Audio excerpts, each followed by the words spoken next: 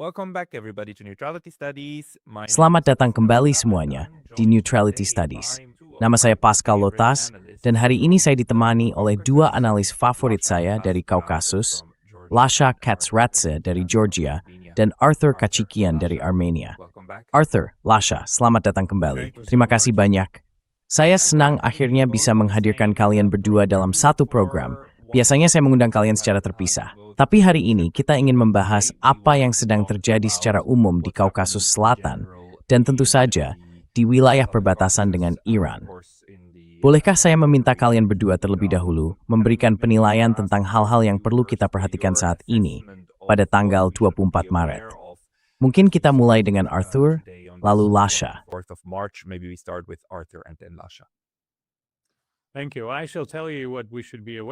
Terima kasih. Saya akan katakan hal yang perlu kita waspadai. Ini adalah bencana ekonomi yang akan datang. Saya bukan ekonom, tetapi dari apa yang saya lihat di berita dan tajuk utama, harga bahan bakar, gas, minyak, dan kemudian harga makanan akan melonjak drastis. Kita sedang menghadapi krisis ekonomi global. Di beberapa negara Asia, sudah ada kekurangan bahan bakar. Ini akan menyebar. Dan kita sedang menyaksikan kegilaan ini, proyek untuk menduduki Selat Hormuz dan Pulau Khark, yang akan semakin memperburuk konflik, menyebabkan korban di pihak Amerika, dan membuat para tentara Amerika menjadi sasaran empuk bagi drone dan rudal Iran. Jadi bahkan dari sisi militer, ini sama sekali tidak masuk akal. Dan bahkan jika berhasil, hal ini membuka jalan bagi AS untuk terjebak dalam skenario seperti di Irak dan Afghanistan. 8 tahun di yang pertama, 20 tahun di yang kedua. Saya sudah tidak tahu lagi bagaimana harus berdebat dengan orang-orang yang membuat keputusan seperti ini. Itulah, secara singkat, itulah yang ingin saya sampaikan secara singkat. Lasha, apa fokus utama ini ketika mencoba api terinitiatif di dalam dan sekitar Iran?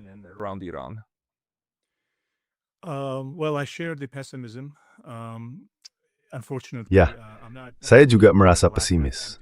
Sayangnya saya melihat gelas ini setengah kosong, karena lihat, kita tahu bahwa perang ini, pertama perang 12 hari, dan sekarang rencana untuk menghancurkan dan memecah belah Iran, serta negara-negara berdaulat lainnya. Ada sesuatu yang jauh lebih besar di baliknya.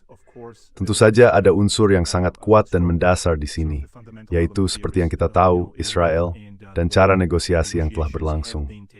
Saya akan kembali ke awal tahun 1990-an ketika Israel ingin menembus kawasan ini melalui Azerbaijan. Unsur itu tidak bisa dikesampingkan. Namun tentu saja ada gambaran yang lebih besar di sini.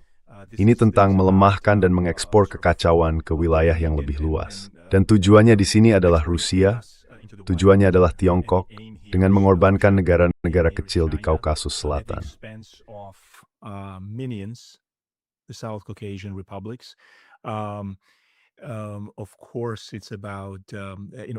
Tentu saja, ini tentang hal berikut. Jika Iran jatuh, Armenia tidak akan mengalami hari yang baik. Rusia tidak bisa tinggal diam seperti yang terjadi ketika Serbia mengalami hal serupa pada tahun 90-an. Saat itu, Rusia tidak bisa berbuat apa-apa.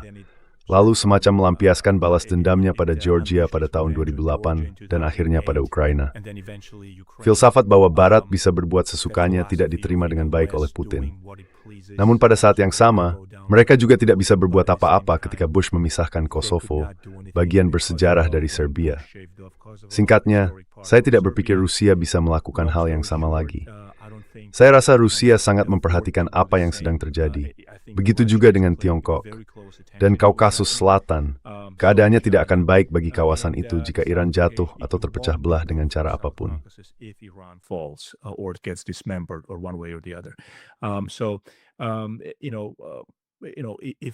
Jadi kamu tahu jika perang ini meningkat, ketiga republik itu akan berada di bawah tekanan.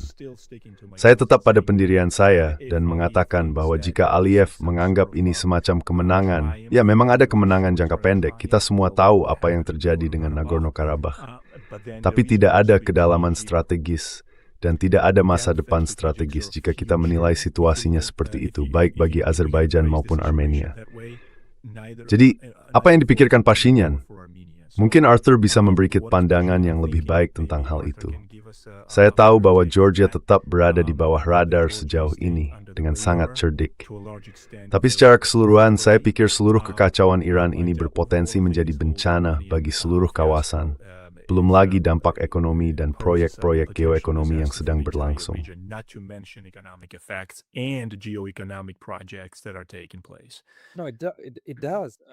Tidak memang begitu. Arthur, apakah kamu melihat tanda-tanda kepanikan dari Armenia atau wilayah sekitarnya secara umum? Maksud saya ini sangat-sangat berbahaya juga bagi Kaukasus Selatan, bukan? Selain semua kejahatan yang terjadi setiap hari akibat pengeboman di Iran. Well, yes, I'll agree with. Baik ya, saya setuju dengan rekan saya yang terhormat. Jika kita melihat gambaran besarnya, ini adalah serangan terhadap Rusia dan Tiongkok. Setelah Iran jatuh, semua jalur komunikasi utara-selatan dari Rusia ke Iran dan lebih jauh ke selatan akan terputus. Jadi isolasi terhadap Rusia akan meningkat. Kamu tahu, Rusia akan menjadi semakin terisolasi, dan Tiongkok akan terputus dari pasokan energinya di Teluk Persia. Amistad race the Iran terhadap Rusia and Tiongkok. And what you can memang gratiti. Festian lash, Ame was time spent wine. But I mean, can't afford to do nothing, but at the same time, Russia can't really afford to. Namun pada saat yang sama, Rusia sebenarnya tidak mampu untuk terlibat lebih jauh, karena negara itu sudah terlibat dalam konflik berskala besar dengan hampir seluruh blok NATO di Ukraina. Jadi sulit membayangkan bagaimana Rusia bisa menangani wilayah lain. Secara keseluruhan, Kaukasus adalah tong mesiu lainnya. Kita bisa menarik paralel dengan Balkan atau Timur Tengah, seperti Balkan kedua atau Timur Tengah kedua. Wilayah itu bisa meledak. Memang pernah meledak pada tahun 90-an. Jika Anda ingat, ada perang di Chechnya, konflik antara Georgia dan Abkhazia lalu Ossetia, serta konflik antara Armenia dan Azerbaijan mengenai Karabakh, yang kini sudah tidak ada lagi. Penduduknya telah diusir.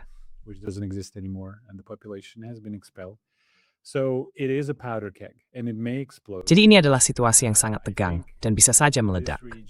Saya pikir di wilayah ini, yang kita lihat kemungkinan adalah hegemoni Turki dan Azerbaijan. Mereka memiliki aliansi yang erat. Ini tidak akan berjalan baik bagi orang Armenia. Orang yang dibawa ke tampuk kekuasaan oleh negara-negara ketiga ini sebenarnya bukan pemimpin kita.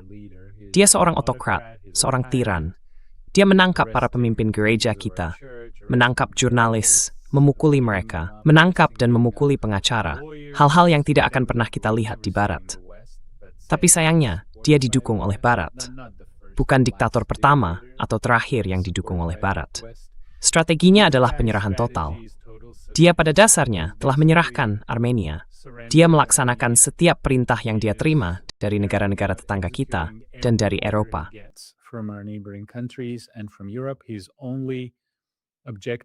Satu-satunya tujuannya adalah tetap berkuasa. Karena jika tidak, ia harus menjawab banyak pertanyaan tentang bencana yang ia timbulkan bagi Armenia. Jadi, Armenia sekali lagi menjadi kartu permainan, hanya bidak atau bawahan, seperti yang dikatakan Lasha, di tangan kekuatan besar. Kami memiliki banyak pengalaman dengan hal ini, dan semuanya sangat-sangat tragis. Biasanya hal itu berakhir dengan pemusnahan orang Armenia. Bangsa Kurdi telah mempelajari pelajaran ini 2 kali dalam 8 atau 10 tahun terakhir. Dan kami telah mempelajarinya selama 150 tahun terakhir. Salah satu alasan terjadinya genosida terhadap orang Armenia adalah karena mereka mempercayai kekuatan tertentu, membelah mereka, dan seperti yang kita tahu, mencoba bergantung pada mereka.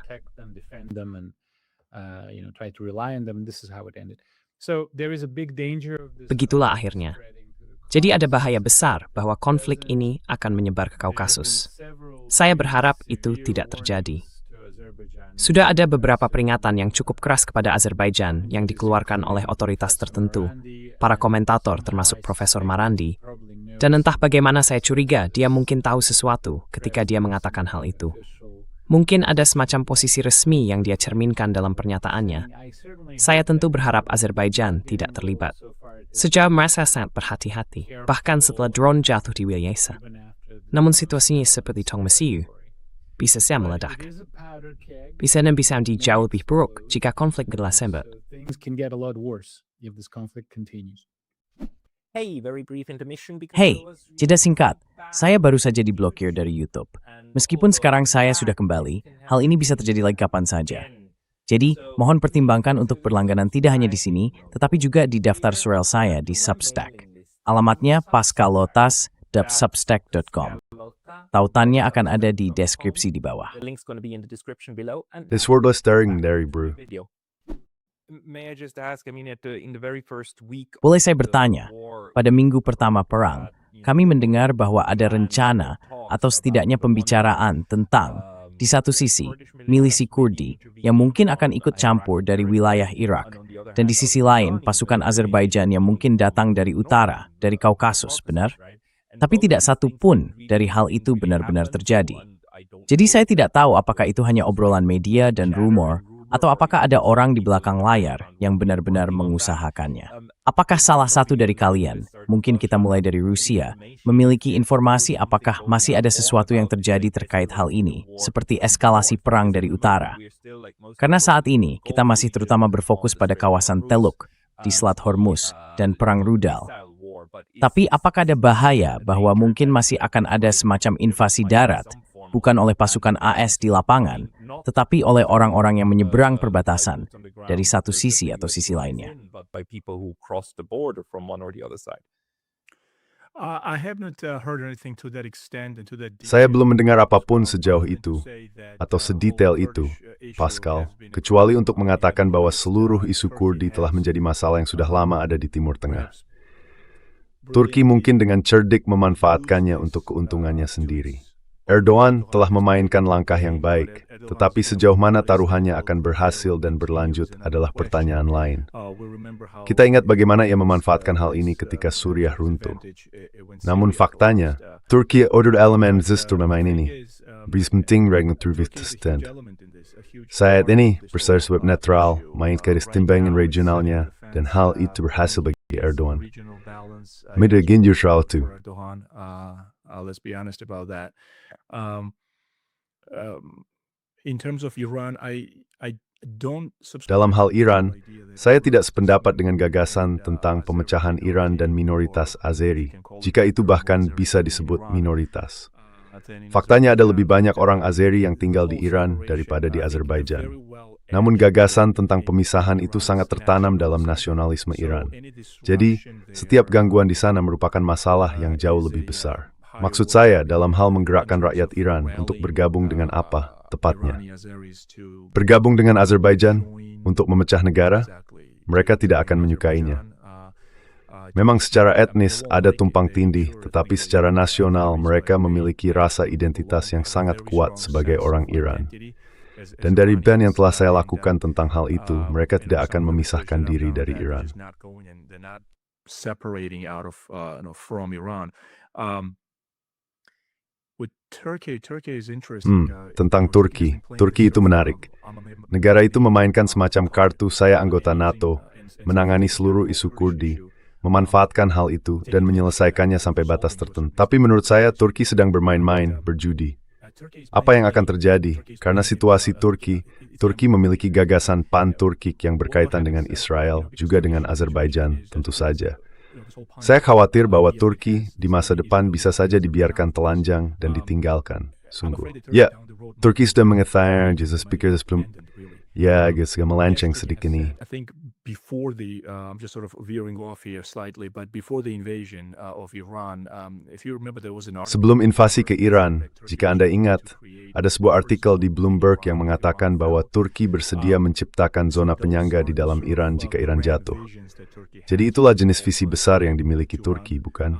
Seluruh visi pan-Turkik, Turan itu. Dan dengan Armenia, izinkan saya kembali sebentar ke Armenia, menjadi tampak menarik secara keliru bagi Armenia untuk ikut dalam arus ini. Saya juga akan berpendapat hal yang sama untuk Azerbaijan, karena strategi itu, menurut pandangan saya, tidak akan membawa kedua negara ini kemanapun jika Turki akhirnya ditinggalkan. Dan saya tidak berpikir, ya kita juga tahu tentang hubungan Turki-Israel. Ada konflik di sana. Jadi sejauh mana Turki akan menopang kedua negara ini, terutama Azerbaijan, benar-benar menjadi hal yang patut diperhatikan. Countries, especially Azerbaijan, is a sort of a question to watch. But that is what Turkey did with Syria. I mean, Tapi itulah there's yang the dilakukan Syrian Turki model. terhadap Suriah. Several sides are Maksud speaking saya, about Syria. kita sedang melihat model Suriah. Beberapa pihak memandang Suriah sebagai model untuk Iran, karena Turki memang menduduki zona penyangga di Suriah.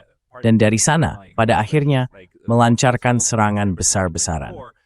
Maaf atas kata-katanya, melancarkan serangan pada Desember 2024 yang pada akhirnya menggulingkan siapa namanya? Bashar al-Assad, bukan? Arthur, bagaimana pendapatmu? Dan apa yang bisa kamu tambahkan, mungkin terkait masalah di utara Iran ini? Maksud saya, Iran memang stabil, tapi tampaknya ada kekuatan lain yang berusaha melawan stabilitas itu sebisa mungkin.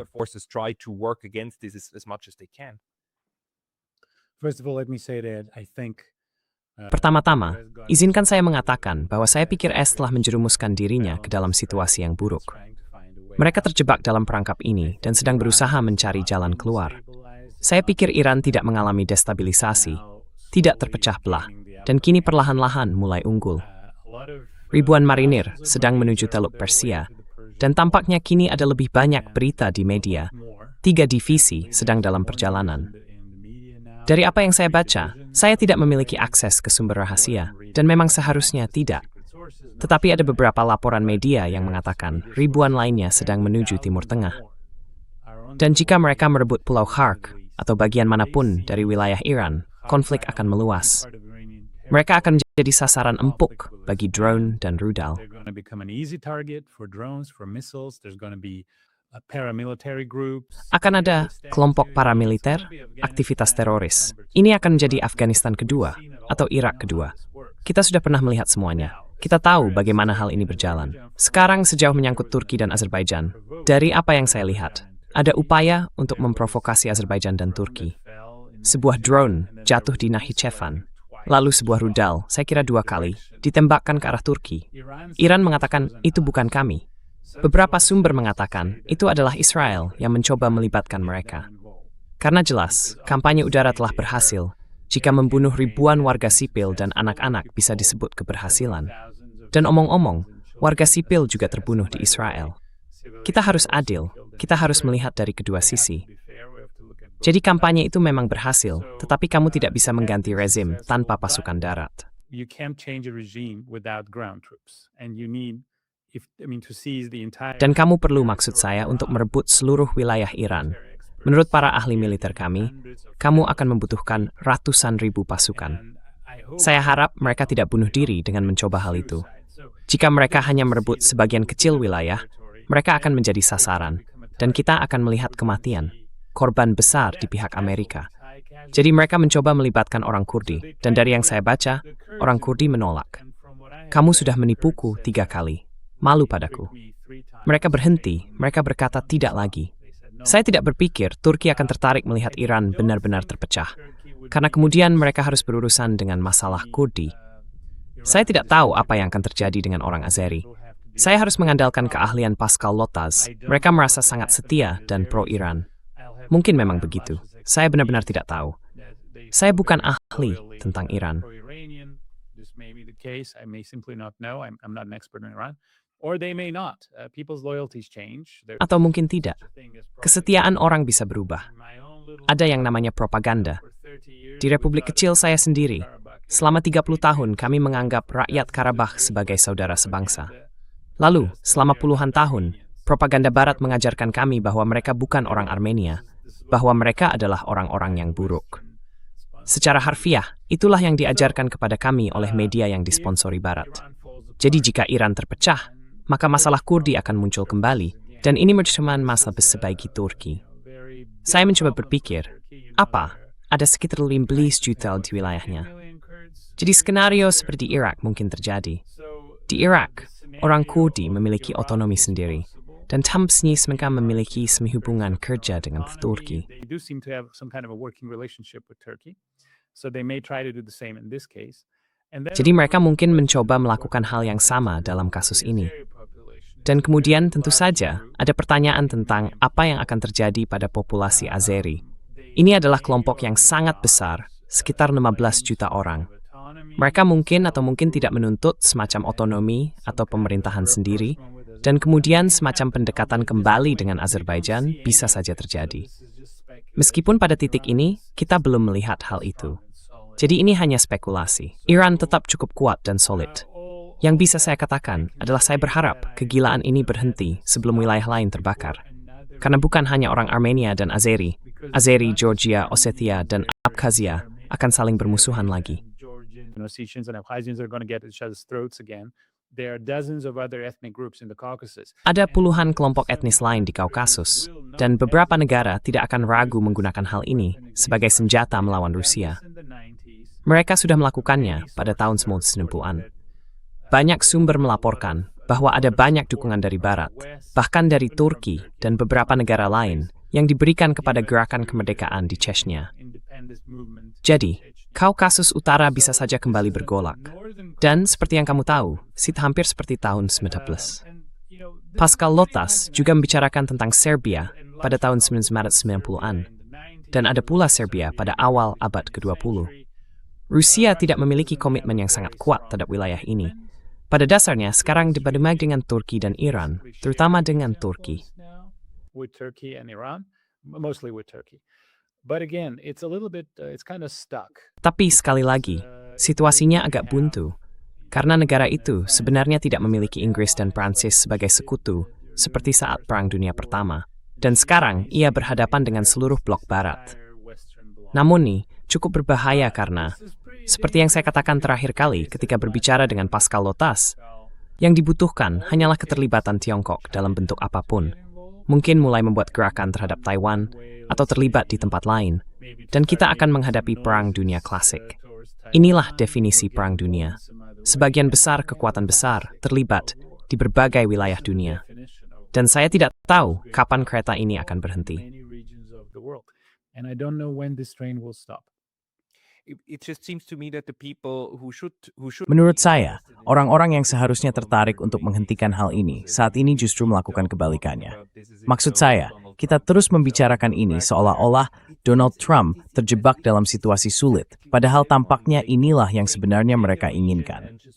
Seperti, ambil satu wilayah dan nyalakan api di sana. Setiap tong mesiu yang ditemukan, dinyalakan dan dibiarkan meledak. Maksud saya, seluruh kelompok sekutu di kawasan Teluk, Qatar, Bahrain, Kuwait pawestasya di umel kebwimwat. Idiunor idetwang the works penggrahain wes. They were basically sacrificed, right? It's like, here you go. We know they're going to attack you. We know they're going to blow you up. We know that your economies are going to be... Kami tahu mereka akan meledakkan kalian. Kami tahu ekonomi kalian akan hancur. Kami tahu semua ekspor kalian akan turun. Kami tahu orang-orang akan mati. Mungkin bahkan mati kehausan jika fasilitas desalinasi kalian hilang. Tapi tahu tidak, kami bersedia membayar harga itu. Jadi maksud saya, jika bahkan sekutu tidak aman dari Amerika Serikat, apa yang bisa dilakukan pihak lain saat ini? Maksud saya, Lascia, Enjis Rekhaibmaring is sesuatu towards with Wasan near to the look down, Kaukasus Selatan. From the Gulf states and the Southern Caucasus. With the Gulf, the Southern Caucasus, every expert... Dengan Teluk dan Kaukasus Selatan, setiap ahli yang saya ajak bicara dan semua yang saya baca serta teliti, mereka merasa khawatir. Tapi ini bukan, ingat, ini situasi yang sangat aneh. Seluruh Kaukasus Selatan sebagai ruang geopolitik berada dalam posisi yang sangat ganjil sejak awal. Di satu sisi ada yang melihatnya sebagai perpanjangan dari Timur Tengah. Di sisi lain, ada yang menganggapnya bagian dari Eropa. Namun wilayah ini tidak pernah terdampak secara langsung. Selalu lebih merupakan efek sampingan yang memengaruhi kawasan tersebut, bukan? Pusat utama tentu sajalah Timur Tengah, sebagaimana dipahami secara tradisional. Singkatnya, saya setuju dengan Arthur bahwa Turki tidak ingin Iran terpecah dan meledak menjadi skenario pasca Assad. Mungkin Turki hanya ingin melemahkannya. Post-Assad regime type scenario. It wants to weaken it, perhaps. It does want it to be weakened so that it can have a... Ia memang ingin agar hal itu dilemahkan sehingga dapat memiliki pengaruh yang jauh lebih besar terhadap Rusia juga. Tapi yang mengganggu saya adalah bahwa semua orang ada semacam kebijaksanaan konvensional dalam hubungan internasional, bahwa 3 kawasan utama, jika boleh saya sebutkan, sangat penting bagi keamanan Amerika Serikat, bukan Eropa Barat, Timur Tengah, dan Asia Timur Laut. Jadi Tiongkok, benar.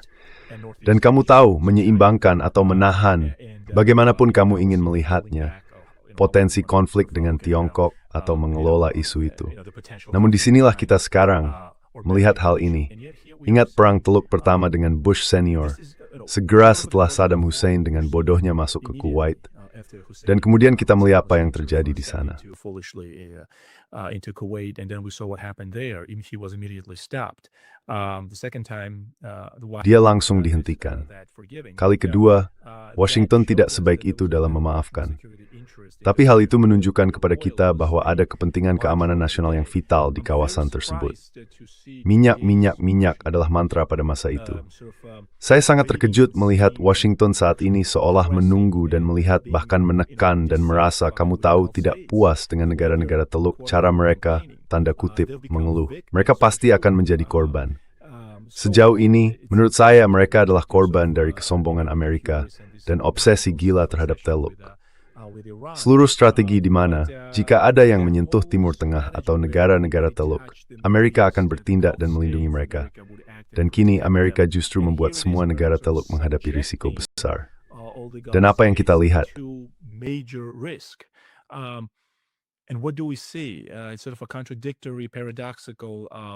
Ini semacam rangkaian peristiwa yang kontradiktif dan paradoksal yang sedang terjadi. Mereka berada dalam risiko dari Iran, musuh Israel dan Amerika. Sejauh mana pertanyaan itu berlaku dalam situasi khusus ini, saya tidak tahu. Ya tentu saja, minyak akan dilindungi. Dan jika kita bisa membayangkan perlindungan dalam skala besar, jika Tiongkok bertindak, dan jika kita bisa sedikit berandai-andai tentang hal ini, memperluas pandangan kita, dan membayangkan Tiongkok memutuskan untuk memanipulasi Timur Tengah sampai pada titik di mana mereka akan mengusir Amerika Serikat, tentu saja AS akan bertindak. Tapi sekarang kita melihat AS seolah-olah mengorbankan negara-negara Teluk ini. Hal itu menimbulkan pertanyaan dalam benak saya bahwa mungkin saya sepenuhnya salah secara teoretis di sini, tapi mungkin Anda bisa... Tidak.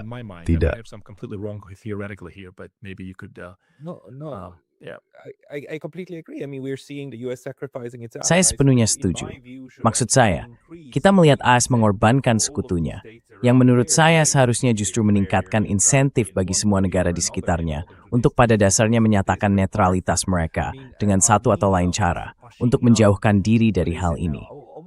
Tapi Arthur, maksud saya, Armenia Tuan Pashinyan sekarang sudah hampir setahun ya. 8-9 bulan yang lalu bukan? Mereka mengadakan pertemuan ini, semacam pertunjukan di Washington, di mana Armenia dan Azerbaijan berjabat tangan. Dan Donald Trump berkata, aku sudah menyelesaikan perang. Dan kemudian mereka akan melakukan perjalanan itu kan? Koridor Trump ini, koridor Zangezur, dengan sewa 99 tahun kepada S, semacam perwalian, perjanjian yang sangat-sangat bergaya abad ke-19.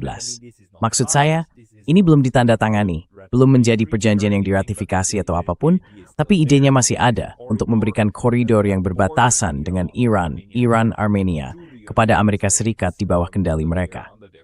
Apakah mungkin orang Armenia, terutama sekarang, masih memandang gagasan Pashinyan ini dan berkata, ya, lanjutkan saja, itu bagus.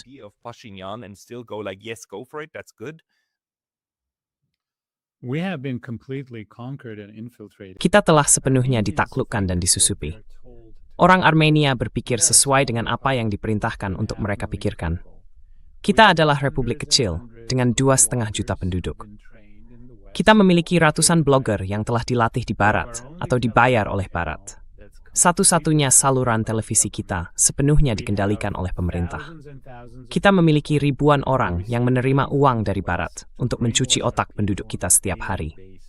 Itulah sebabnya saya mengatakan bahwa ini adalah akhir dari demokrasi. Demokrasi telah menjadi seni memanipulasi pikiran manusia melalui media sosial. Ini adalah penjajahan informasi. Aneksasi informasi terhadap sebuah negara.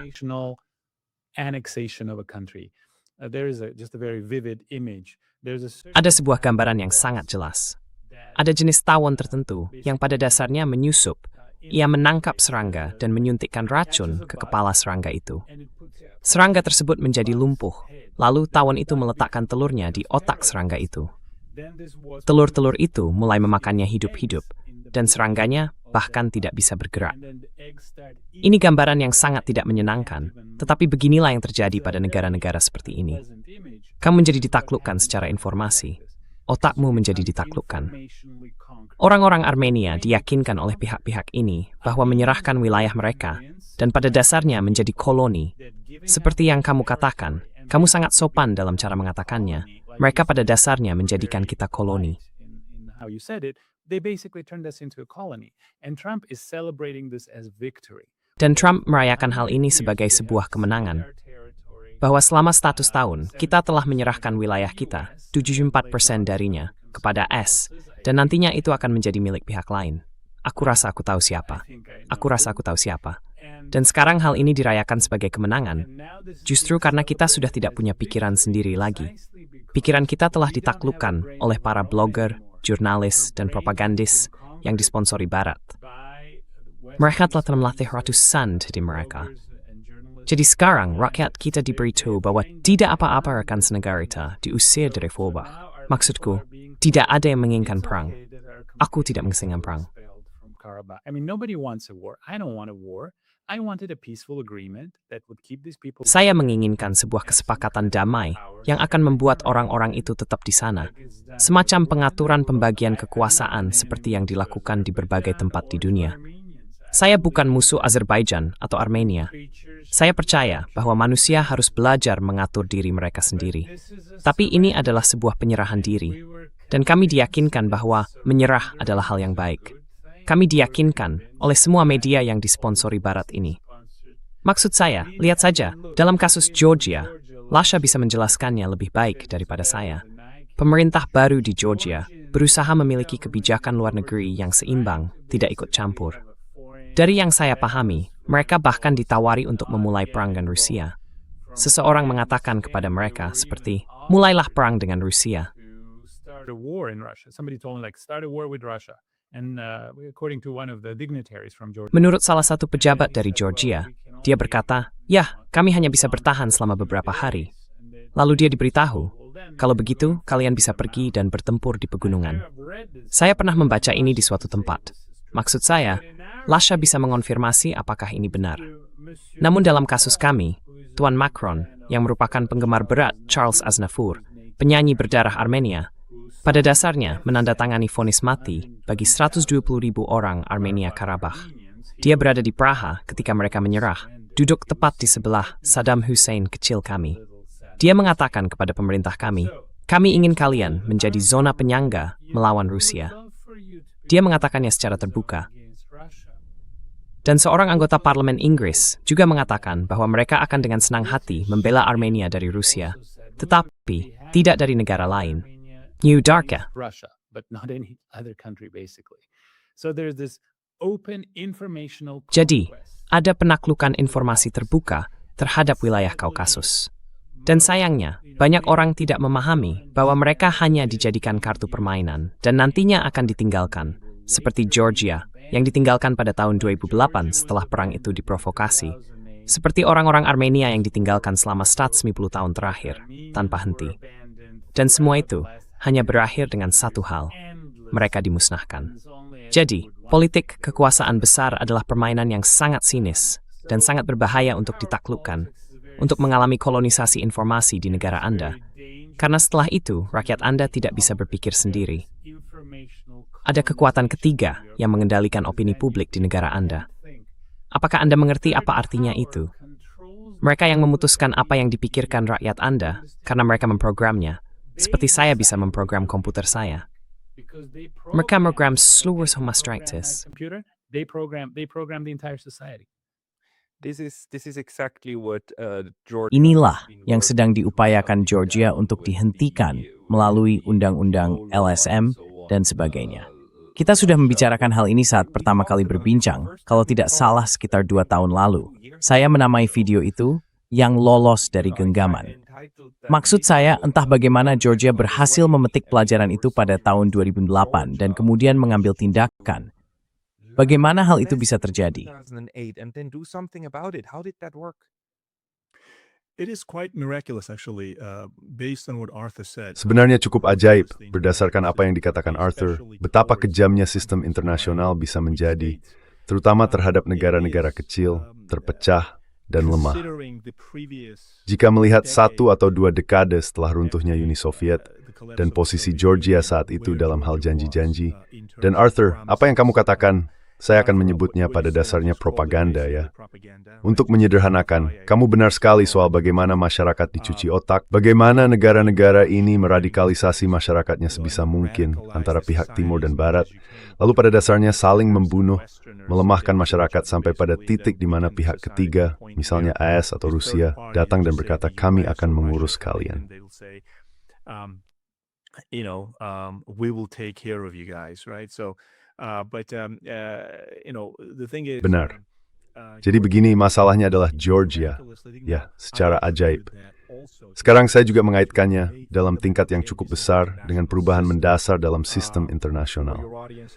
Untuk audiens Anda dan agar lebih sederhana, katakan saja bahwa pergeseran dari unipolaritas ke multipolaritas memberikan secara rata-rata peluang yang lebih baik bagi negara-negara kecil untuk menyeimbangkan dan bertahan. Tidak ada jaminan. There are only a few words of literatur segitu topik tadi menunjukkan bahwa selama masa multipolar atau keseimbangan kekuatan, negara-negara kecil tidak peluang yang lebih baik.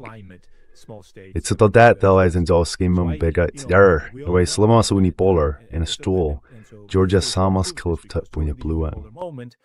Georgia stood no chance. Idealism was giving primacy. Idealisme diberi prioritas utama. Sungguh menakjubkan betapa lumpuhnya masyarakat Georgia selama beberapa dekade terakhir. Kata-kata seperti realisme, pragmatisme, realpolitik, dan kepentingan keamanan nasional telah disalahartikan.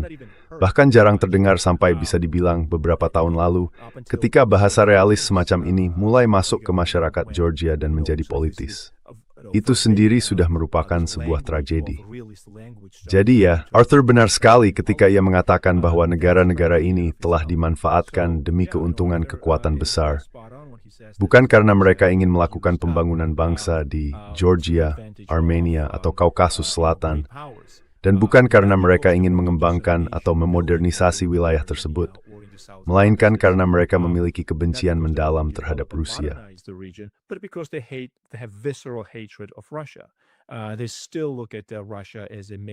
Mereka masih memandang Rusia sebagai musuh strategis utama. Ternyata itu tidak benar. Tapi sementara itu, siapa peduli jika kita bisa melemahkan Rusia, menggunakan para kaki tangan ini sebagai pelantak. Dan jika Rusia kemudian kamu tahu kembali melakukan hal gila seperti menginvasi Georgia, mengambil Abkhazia atau Ossetia Selatan, atau kali ini mengakui 2 wilayah itu sebagai negara terpisah di dalam sebuah negara, biarlah.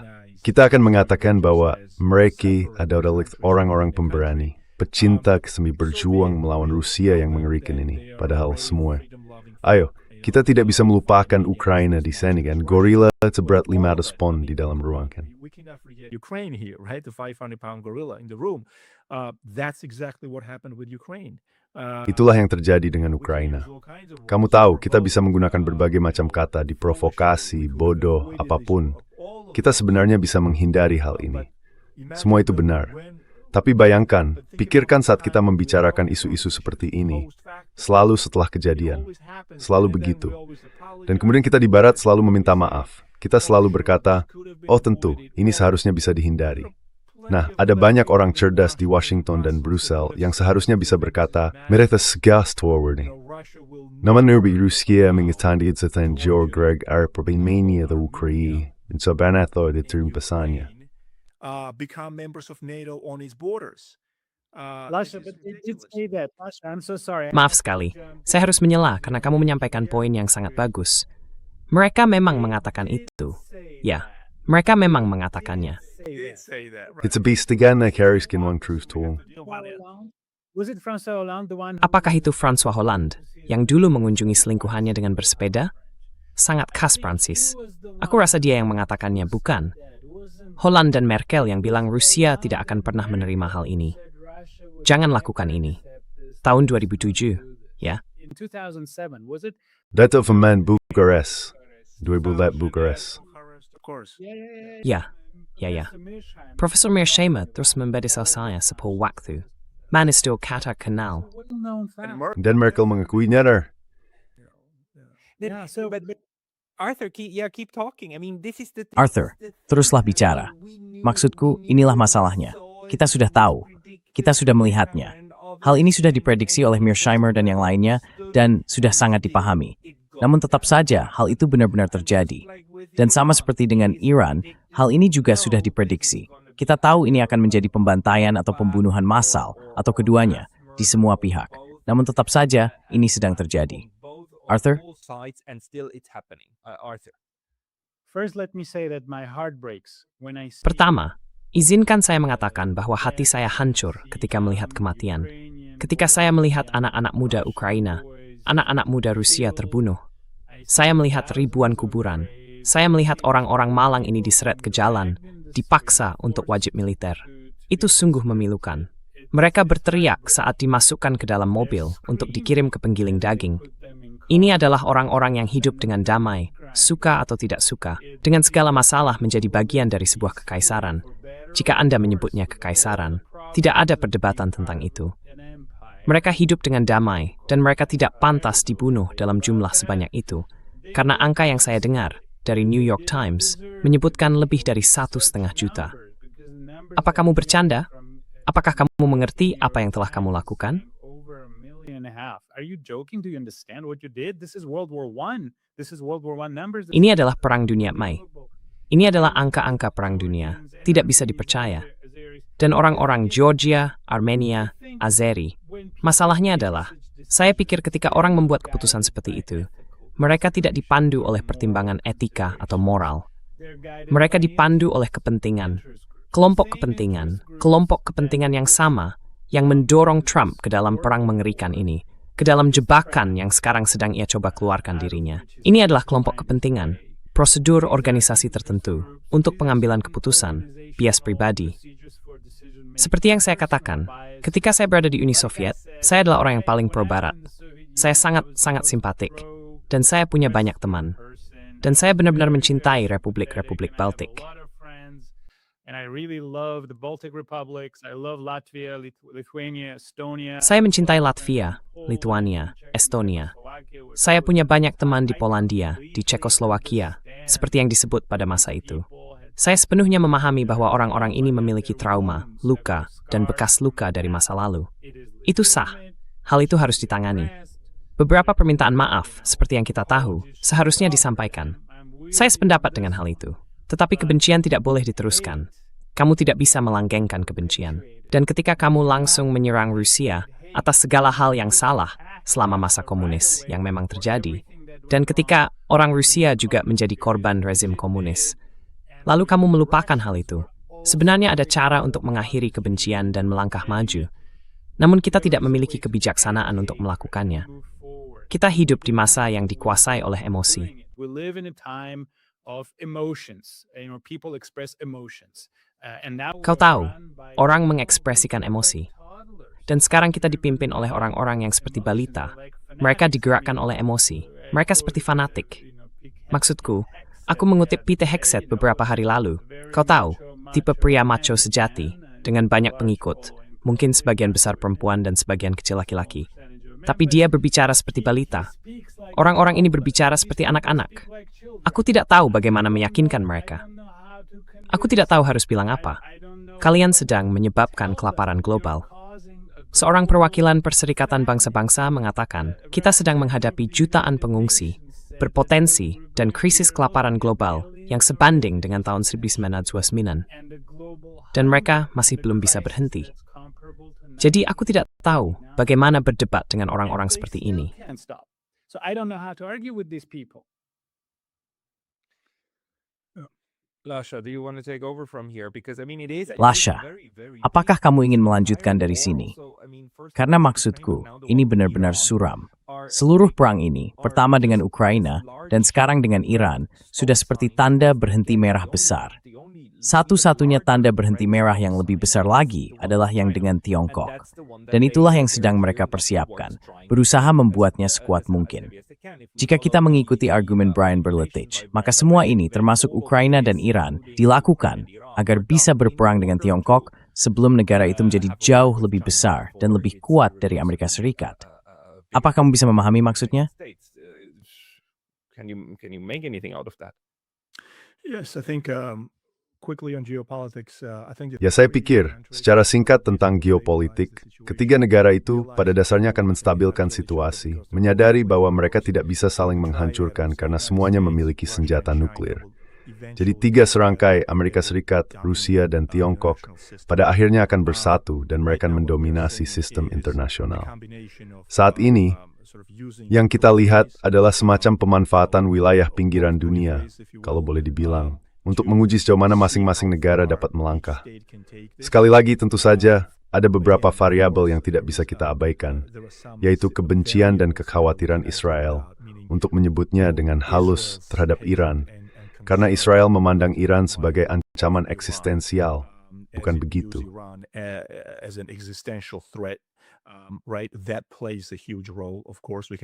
Itu memainkan peran yang sangat besar. Tentu saja kita tidak bisa mengabaikannya. Namun secara keseluruhan, saya pikir, dari sudut pandang strategis yang lebih luas, ketiga negara itu pada akhirnya akan bersatu dan dalam tingkat yang cukup besar, menstabilkan kepentingan keamanan nasional mereka. Mereka akan menyatakan kepentingan vital mereka dalam bidang keamanan nasional dan ekonomi. Misalnya, Tiongkok yang melalui Asia Tengah, Kaukasus, Red Aeroflot Mubais memperkuat inisiatif Sabus and Board. Itu menghasilkan memiliki keuntungan. Jadi proyek-proyek geoekonomi akan bersinergi dengan kepentingan geopolitik.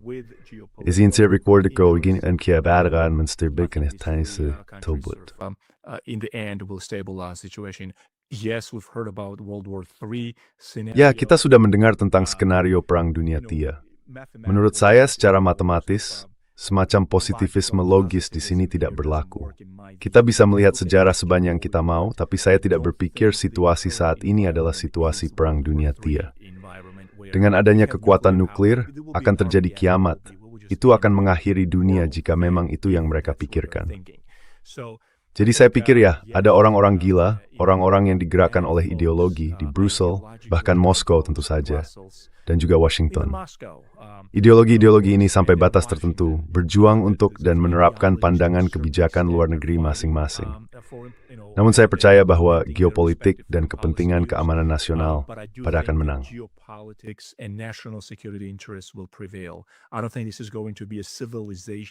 Saya tidak berpikir ini akan menjadi benturan peradaban, meskipun saya rasa tesis Huntington paling mendekati kan, dalam hal menyerupai apa yang sedang terjadi di sini. Ada semacam nuansa biblis dalam cara Israel mendekati Timur Tengah dan seluruh isu Palestina, Israel Raya, dan tentu saja Iran. Tapi saya pikir politik kekuatan keras akan menang.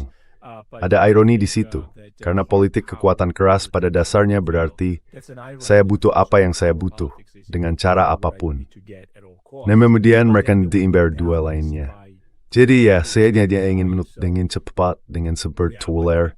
Saya menonton rekaman sebelumnya, Arthur dan Pascal Lotas, Nautasa.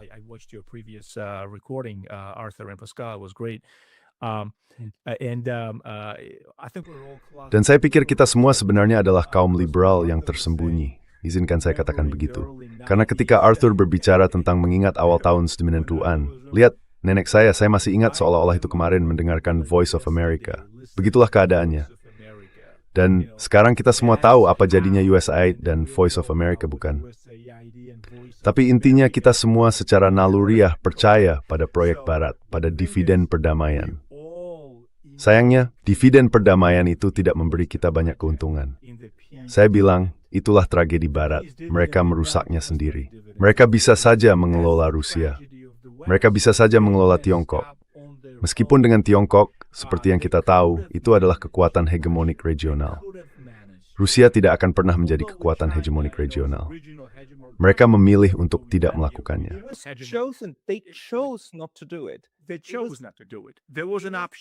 Mereka memilih untuk tidak melakukannya. Ada pilihan untuk melakukannya. Tapi, Lasha, kau dan aku berbicara dengan Duta Besar Jack Matlock. Kau tahu, seseorang yang berkata, jangan lakukan ini, Arthur. Maksudku, kekecewaan yang terdengar dari suaramu terhadap seluruh impian liberal ini, itu tidak hanya runtuh di depan mata kita, tapi dihancurkan oleh orang-orang ini. Apa pendapatmu tentang itu? Maksudku, apa kita hanya terlalu percaya? Ya Arthur, maaf, boleh we smatter here? Sorry, can I ask Arthur? Arthur, silakan. Oke. I think every time the human society goes through Saya pikir setiap kali masyarakat manusia mengalami suatu masa transisi, mereka menciptakan sebuah sistem yang dianggap adil, tidak korup, etis. Kamu tahu yang benar. Namun pada akhirnya, selalu ada sekelompok orang yang menemukan cara untuk menyalahgunakan sistem itu. Maksud saya, Pascal menggunakan contoh Napoleon. Kamu bisa menggunakan Oliver Cromwell, pemimpin Inggris dalam apa yang kita sebut revolusi. Di Inggris, mereka menyebutnya perang saudara. Maksud saya, dia pada dasarnya menjadi raja baru Inggris, tanpa secara resmi menjadi raja. Tetapi, dia bahkan menggunakan cap yang sama. Cap itu tampak sangat mirip dengan segel resmi raja, segel resmi negara. Manusia menciptakan sistem yang dimaksudkan untuk menghasilkan keadilan dan moralitas. Lalu mereka menemukan cara untuk merusaknya. morality, and then they invent ways of corrupting them. The democracy of the 80s and 90s, I just remember it. Demokrasi pada tahun 80-an dan 90-an. Aku masih remaja saat itu. Terasa bagiku seperti tanah yang dijanjikan. Tapi sekarang jelas sudah rusak. Jadi, sesuatu perlu dilakukan untuk menyeimbangkan pengaruh kelompok kepentingan pribadi. Karena, seperti yang kamu katakan, Pascal, mereka membajak demokrasi. Mereka harus segera diseimbangkan.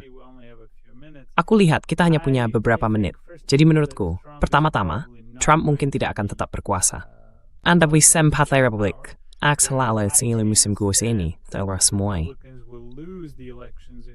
Nuklir tinggi, Kongres akan towards that faith. It will be a democratic Congress, and I think in that case, the chances of an impeachment. Dan saya pikir dalam hal ini, kemungkinan dimulainya proses pemakzulan cukup tinggi. Saya rasa ada peluang besar dia akan dimakzulkan. Tapi kemudian kita akan memiliki Partai Demokrat yang luar biasa berkuasa. Dan kemudian, jika mereka melanjutkan jejak pemerintahan Demokrat sebelumnya, perjuangan Demokrat itu akan berlanjut, perjuangan ideologis untuk menyebarkan demokrasi dengan kekuatan. Dan seperti yang kita katakan saat wawancara pertama kita, Pascal, itu bukan caranya. Jika kami ingat semua orang, yakun lasha dan Arthur, seperti yang mungkin dulu. Seperti pengantimu, laut selodanmu. Itu interpretar. Saya pikir, apa yang segera hari yang bersifat pinggiran. I think what we're seeing now is a peripheral. We are drifting towards a peripheral world. Kita sedang melaju menuju Perang Dunia T yang bersifat periferal. Ini memang Perang Dunia T, tetapi disebut periferal karena kekuatan besar tidak dapat bertempur secara langsung, sehingga mereka saling berperang secara tidak langsung di berbagai wilayah ini. Ini adalah Perang Dunia T melalui perantara. Kesanalah kita sedang menuju. Yang kita butuhkan hanyalah keterlibatan Tiongkok. Ketika Tiongkok bergabung, itulah definisi klasik dari Perang Dunia T. Dan kalimat terakhir saya adalah ini. Yang saya lihat terjadi, salah satu cara hal ini bisa berhenti, adalah jika Rusia dan Tiongkok semakin mendekat dan mencapai kesepahaman dengan AS bahwa mereka akan menjaga keseimbangan, bahwa mereka akan menyeimbangkannya. Karena, bagaimanapun juga, stabilitas perang dingin adalah stabilitas dari keseimbangan dan penangkalan. Bisakah mereka melakukannya? Kita akan lihat. Can they do it? We shall see. Yeah, but that doesn't depend on Russia and China. It doesn't. Ya, tapi itu tidak bergantung pada Rusia dan Tiongkok. Tidak. Itu bergantung pada kesediaan Amerika Serikat untuk menerima keseimbangan. Karena jika mereka berkata, oh ya, mari kita lakukan itu, lalu menggunakannya untuk menusuk dari belakang kapanpun mereka bisa. Ya, kamu tahu, kita sudah berkali-kali melihat Amerika Serikat menggunakan diplomasi, menggunakan bahasa yang indah dan manis sebagai cara untuk menyerang di lain waktu, dan Iran adalah contoh utamanya, kurasa. Nabi Lasha, Amerika Tervis, 1 menit uming. The last words, 1 minute goes to you. I love my liberal democratic. Saya mencintai sistem demokrasi liberal saya di AS dalam konteks domestik, tetapi dalam kebijakan luar negeri sistem itu tidak berfungsi. Saya sangat tidak setuju dengannya. Kebohongan, propaganda, dan sebagainya. Dan saya pikir seharusnya semuanya berlandaskan pada realisme dan pengendalian diri. Tapi mari kita kembali saja ke liberalisme klasik. Jangan tambahkan awalan neo padanya. Mari kita lihat dan hormati liberalisme klasik dari dunia barat, peradaban barat, tempat asal Amerika. Alasan mengapa Amerika menjadi seperti sekarang, pandangannya terhadap kolonialisme. Dan mari kita berharap nilai-nilai itu akan kembali. Namun dalam kebijakan luar negeri dan hubungan internasional, saya pikir berkeliling dunia untuk mengajari orang lain bagaimana menjalani hidup mereka, bagaimana mengatur budaya mereka, dan mencoba membuat mereka menyesuaikan diri. Belum lagi dengan kegilaan di Brussels, dan dalam banyak hal, Nauli Washington tetis sama sekali Timur-Sea. In Brussels and to a large extent in Washington as well, I think that's a disastrous policy. Saya pikir itu adalah kebijakan yang buruk dan kedaulatan harus dihormati. Namun bagi kita yang tinggal di Amerika, saya yang tinggal di Amerika Serikat, saya melihat nilai yang sangat besar di dalamnya. Apa ungkapan Churchill itu? Kita tidak bisa menemukan sesuatu yang lebih baik daripada demokrasi. Jadi saya pikir kita memang harus membelanya dan menjaganya. Tapi sayangnya, dalam 3 atau 4 dekade terakhir, hal itu benar-benar telah dilanggar. Dan ada sesuatu yang berjalan sangat salah. Kita tidak bisa menunjuk dengan tepat apa penyebabnya, tapi kita cukup tahu apa yang terjadi. Karena itu saya pikir kita harus semakin berhati-hati. Dan saya hanya ingin dengan singkat menyampaikan belasungkawa kepada seluruh rakyat Georgia atas wafatnya Ilya II, Patriark Gereja Ortodoks Georgia. Jadi terima kasih sudah mengizinkan saya melakukannya, Pascal. So thanks for allowing me to do that, Pascal. Yeah. My condolences on so many. Ya, belasungkawa saya di begitu banyak hal, juga kepada rakyat Iran dan semua orang yang sedang menderita saat ini. Kepada semua yang sedang menderita, benar sekali. Catatan yang menyedihkan untuk diakhiri, tetapi terima kasih banyak kepada kalian berdua atas analisis dan pemikiran yang telah dibagikan. Arthur Katsikian, Lasha Kazratse, terima kasih atas waktu kalian. Thank you for your time. Thank you. Terima kasih banyak. Terima kasih. Thanks.